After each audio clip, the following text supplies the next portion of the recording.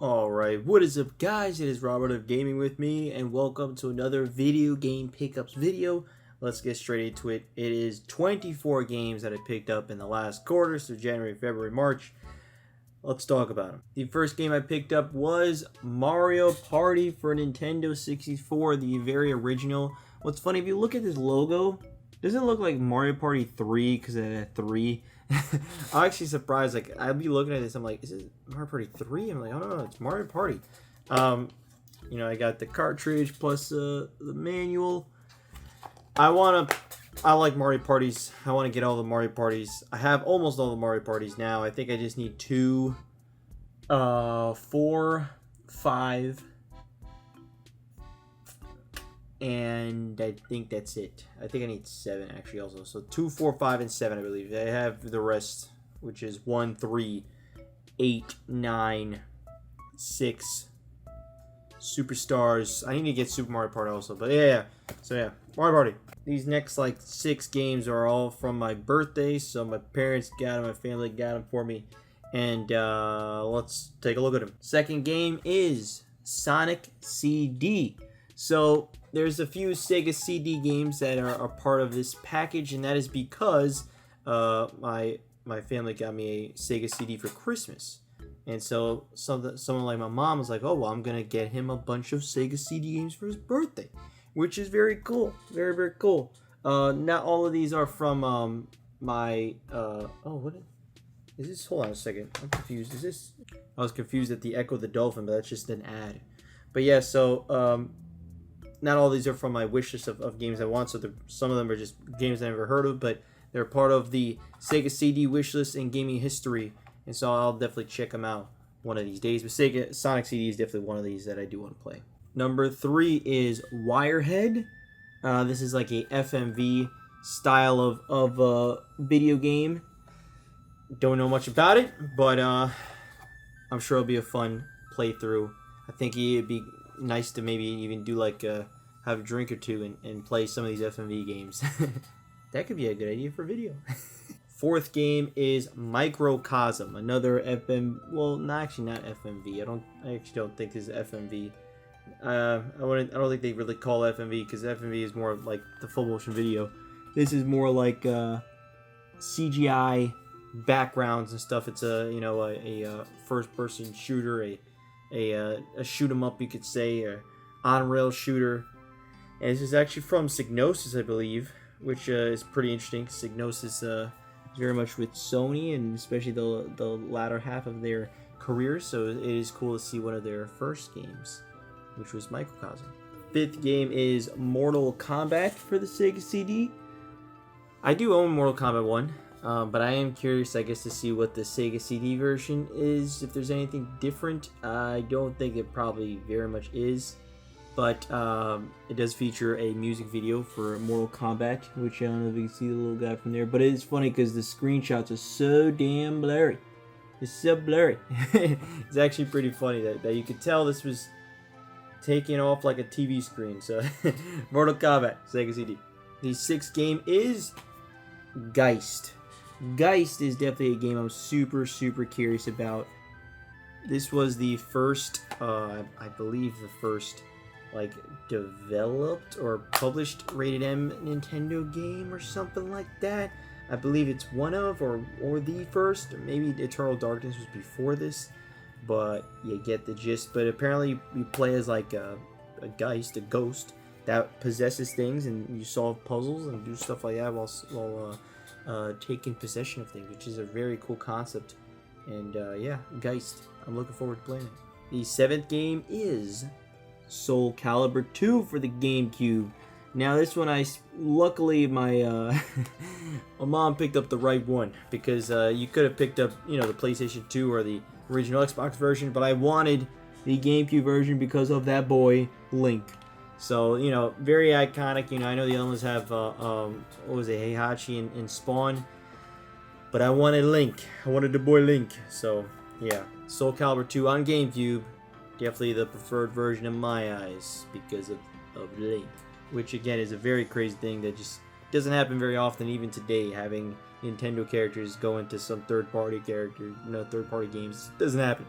The 8th game is Ever Oasis. This is a game I was very much, I don't know about very much looking forward to, but definitely look how empty this feels. I'm like, is the cartridge even in there? It feels so light. But this is a game that I definitely want to play. It came out just at the wrong time. I believe it was 2017, and the Switch was already out. It was like late 2017, something like that. And I wasn't really thinking about picking up 3DS games at the time. And so here we are. One of these days I will play Ever Oasis. Gotta check it out. I like the art style a lot, so I'm curious, and I like the character design. So Ever Oasis. The 9th game is Rayman Hoodlum's Revenge. This is a game that I'm sure a lot of people don't even know about, which is essentially an exclusive Game Boy Advance Rayman game that is a sequel to Rayman 3. And I'm like, I wanted to check this out. I want to check out some Game Boy Advance games. I don't think it's like a classic necessarily for Game Boy Advance, but it's a Rayman game that's exclusive on that platform, and it's a sequel to a mainline Rayman game, and so I do want to check this one out. So yeah, Rayman Hoodlum's Revenge. Those were all the birthday gifts, which was definitely a lot, so I appreciate it. Appreciate my parents. The 10th game I picked up was Star Wars Episode 2 Attack of the Clones. Now you may be like, why, bro? What are you doing? What's this all about? I want to play all the Star Wars episode games. That means Episode 1, 2, and 3. And that's it. It's just those two. It's just the prequels. They don't have games that are like, meant to be Episode 7, 8, and 9, or 4, 5, 6. They don't have those that are literally based around those that are the games, the official games for that. But for some reason, Episode 1 and 3 have console versions of these episodes. But Episode 2 Attack of the Clones never got a Xbox version, something else version, a PS1 version, nothing. Instead, they made a exclusive Game Boy Advance game. Relive the exciting Jedi adventures seen in Star Wars Episode 2 Attack of the Clones movie. Isn't that so weird? I find that so damn strange. So it's like, go from PS1 to Game Boy Advance to Xbox and stuff. And I'm like, what? But yeah, we'll check this out. Star Wars Episode 2. The 11th game I picked up was Minecraft for Nintendo Switch. So you may be like, bro, I know for sure you own Minecraft. First of all, what is this back? What is this back? This is awful. It's just all words, and it's mostly all legal text. Jesus, it's awful. But yes, I do want to pick up every single Minecraft physical copy there is on every platform, because I am an insane man, and I just like the idea of having all the Minecraft physical copies. It's one of my favorite games of all time, and look at this adorable Switch version. I love the size of the Switch cases. They're always nice. They literally can hold to like this. It's just so cool. And Minecraft on Nintendo Switch, it's cool. The 12th game I picked up was SpongeBob SquarePants Battle for Bikini Bottom. This is apparently a classic to a lot of people, a childhood classic for people, and I do want to play actually a decent amount of SpongeBob games.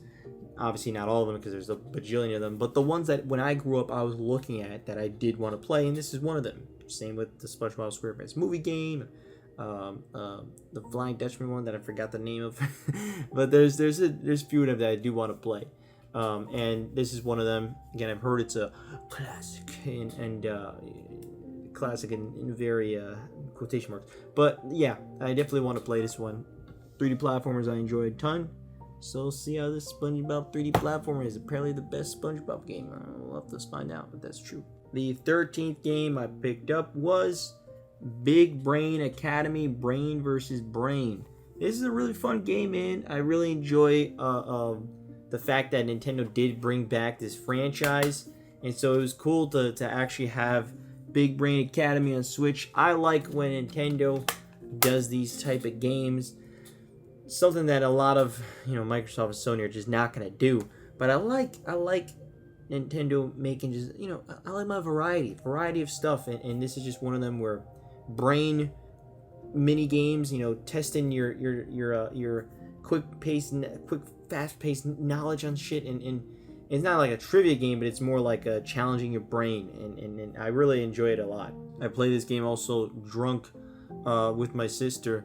we're playing it, and it's tough while sober. Some of it, like there's generally like especially some math stuff that I'm not great at, and yeah, it gets to your head, and especially when you're drunk, it definitely doesn't help. But it has this really cool ghost clash, they call it, which is where you challenge people online and you verse their ghost, and you verse like 5 in a row, then your overall score gets higher, which is honestly the biggest appeal to me for this game. And it's something that you could play until the day you die. Like you could pop this in, play some Ghost online, and enjoy it for that. And that's like, I think, the biggest plus to this game. It's the biggest newest addition, and I really enjoyed it a lot. The 14th game I picked up was Sonic and Knuckles. So Sonic and Knuckles, which is the beefier, look at this, I got the cap right here. This is so you could actually put Sonic the Hedgehog 3 in it. It's a whole mushroom looking thing, and it's very interesting. It's very interesting. I mean, they even say, look, new lock-on technology. You can see lock-on technology. You could also connect it to other Sonic games, like other than lock-on with Sonic 2.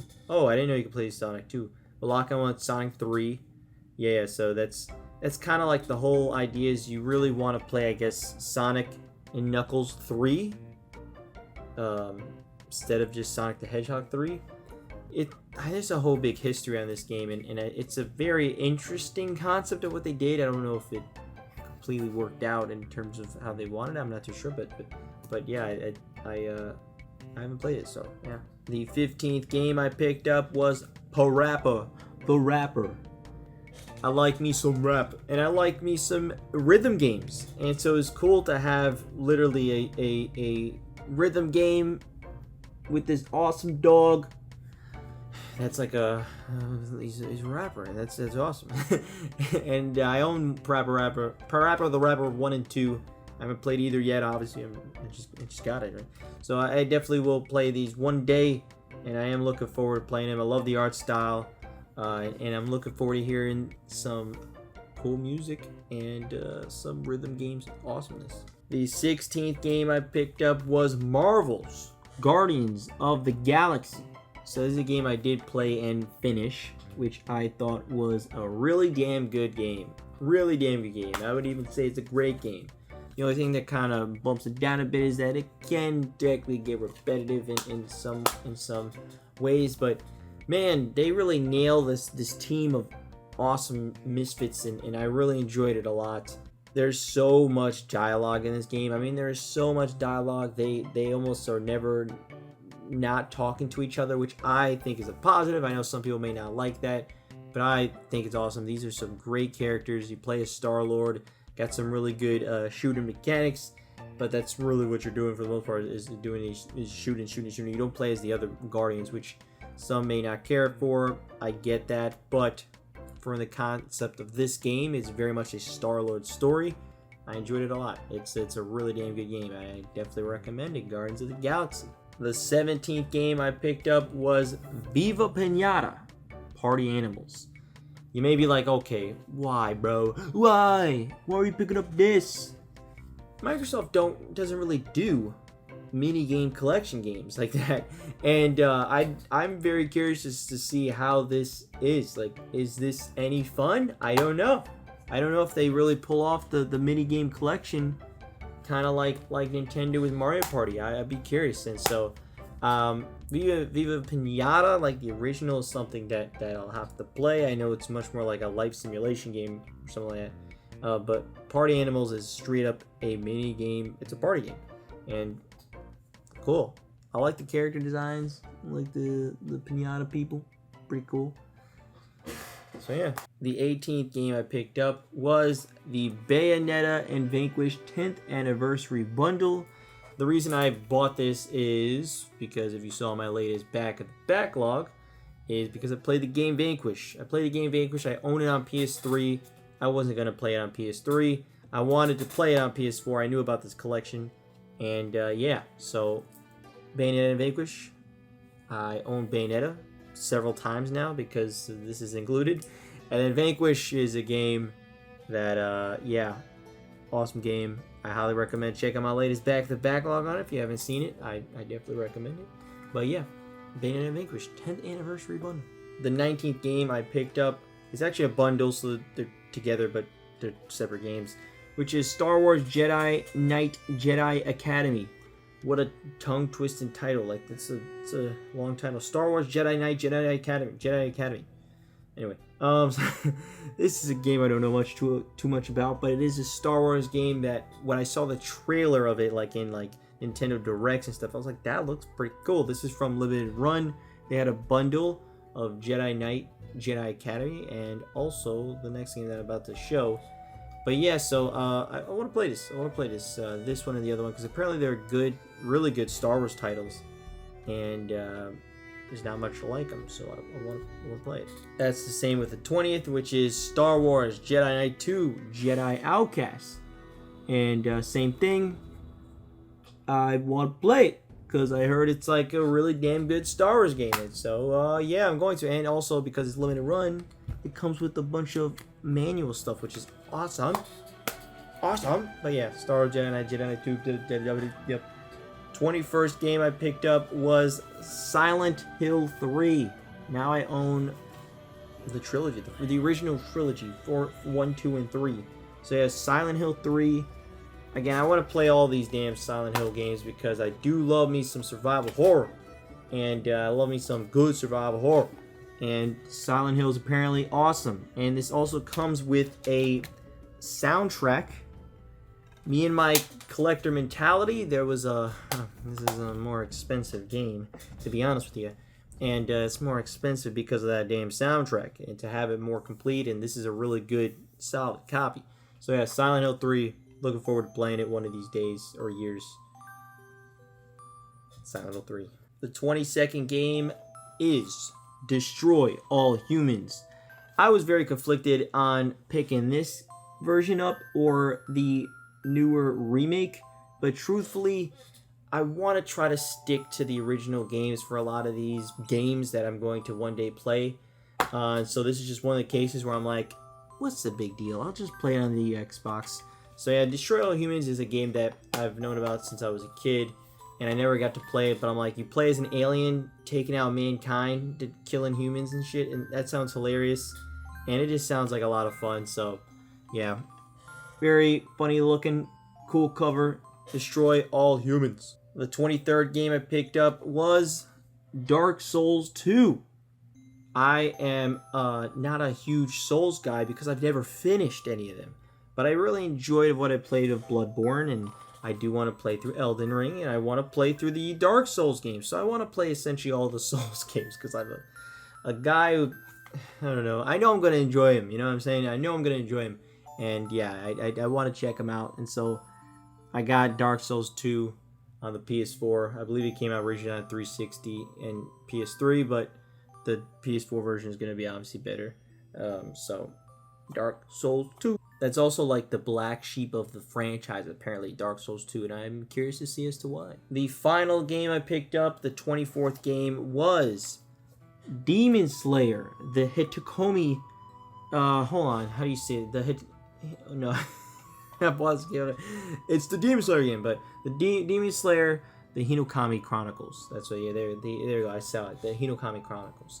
This is like a fighting game, arena fighting battle game, but the big thing for me is they have an adventure mode. I like fighting games that have adventure modes and story modes.